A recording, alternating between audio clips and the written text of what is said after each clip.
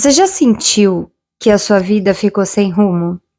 Que por um determinado momento é como se você não tivesse propósito, sabe? E aí você olha tudo ao seu redor, você vê que as coisas estão tomando um rumo completamente diferente daquele que você tinha imaginado um dia, mas ao mesmo tempo você entra num conflito porque você não sabe mais exatamente o que você quer da vida, ou quem que você vai ser a partir de agora, porque as coisas elas estão mudando tão rápido e o rumo que elas estão tomando é como se tudo tivesse saindo do seu controle.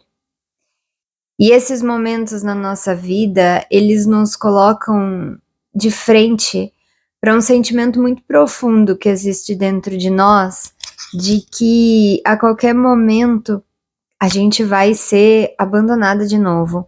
Então, se diante desse cenário eu não conseguir me adequar à expectativa que as pessoas têm de mim, ou que eu mesma criei sobre mim, eu, eu vou ficar sozinha, ninguém vai me querer. Se eu mudar a minha vida, se eu mudar esse propósito, as minhas crenças, a pessoa que eu sou, ninguém vai me aceitar. Porque no fundo, essa pessoa que eu construí não é a pessoa que eu gostaria de ser, mas é a pessoa que atende às expectativas de quem está ao meu redor. E quando a vida tira o nosso tapete e a gente se depara com esse personagem que a gente criou, é muito difícil no começo, porque você olha para tudo que você construiu, você olha para o que até então era o seu propósito e aquilo deixa de fazer sentido. Só que ao mesmo tempo, começar um novo caminho, mudar o meu posicionamento, as minhas ações, mudar a minha vida, me faz acessar essa criança que um dia se sentiu abandonada quando tentou se expressar, quando tentou ser ela mesma, quando questionou as autoridades que eram seus pais, avós, tios, quem criou, você era reprimida. E aí, quando hoje você precisa mudar a tua vida e viver uma transformação, esse trauma de ter sido abandonada, ele vem de novo. Loba maravilhosa, você está no podcast Loba Deusa, eu sou a Bia Viana, e esse é o espaço onde eu inspiro mulheres a colocar o seu brilho no mundo, sendo elas mesmas, sem medo de desagradar. E nem sempre colocar o nosso brilho no mundo é um mar de rosas, é algo lindo e maravilhoso.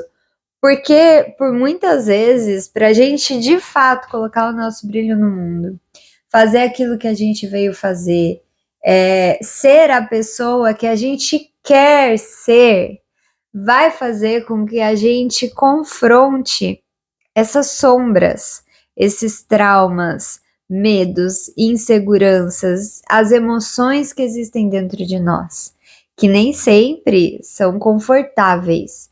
Eu não vou dizer a palavra negativa, apesar de muita gente ver a sombra como algo negativo, porque não é negativo.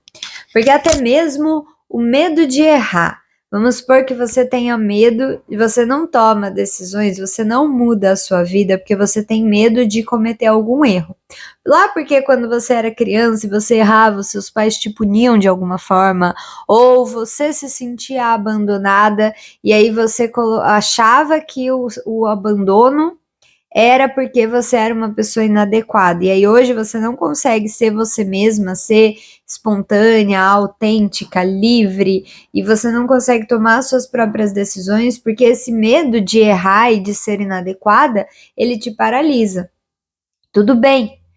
No fundo, esse medo, ele é favorável, porque ele vai impedir que você tome decisões impulsivas, ele vai fazer com que você pense antes de agir. O problema é quando esse medo se torna maior do que você. E aí, o que era para ser um medo de te fazer parar e pensar um pouquinho e olhar com mais cuidado, começa a te paralisar. E aí, no final do dia, você não conseguiu fazer o que precisava ser feito, decidir o que precisava ser decidido, porque você ficou com medo. Aí, esse medo, ele está fora do lugar. E quando ele chega nesse lugar, a gente precisa olhar para ele com mais profundidade, ressignificar, conversar com a nossa criança para a gente conseguir ultrapassar esse obstáculo. E às vezes não é nada grandioso que você precisa fazer, não precisa passar 10 anos na terapia ou sei lá o quê. Não que tenha algo de errado com terapia, tá, gente? Pelo amor de Deus, eu sou super a favor. Eu já fiz muito tempo de terapia e é muito válido. Mas precisa estar dentro do seu propósito, precisa estar dentro do seu lugar. E às vezes um simples medo, que não é simples coisa nenhuma, né? Mas um medo que a gente consegue só acolher a nossa criança, sabe? Virar para nossa criança e falar: olha, eu tô vendo que você tá com medo, eu tô sentindo o seu medo e tá tudo bem. Acolhe a memória que tá vindo. Às vezes na sua cabeça você vai lembrar de uma situação de infância, de quando você cometeu algum erro ou você tomou uma determinada decisão e você, de certa forma, tomou uma bronca dos seus pais, você foi reprimida, você foi silenciada, de alguma forma aquilo te feriu. E aí a sua criança associou que quando você toma as decisões por conta própria, você não é boa o suficiente para isso. Isso gera uma insegurança. Então você acolhe. Você com você mesma, sabe? Porque no final das contas, gente, fazer um processo terapêutico é isso. A gente não fala para o terapeuta nos ouvir, a gente fala pra gente se ouvir. Aliás, se você faz terapia, faz essa observação, sabe? A hora que você estiver ali conversando com o teu terapeuta, ouve o que você tá falando. Se escuta, sabe? Ah, eu não tenho um terapeuta. Começa a falar em voz alta as coisas que tem na tua cabeça. Pega ali um momento que você tiver, sei lá, tomando um banho, arrumando a casa, lavando a roupa, fazendo algo assim, e começa a falar as coisas que tá vindo na tua cabeça, os seus medos, as suas inseguranças, os seus traumas, suas lembranças. Começa a falar em voz alta. Você tá fazendo terapia com você mesma ali.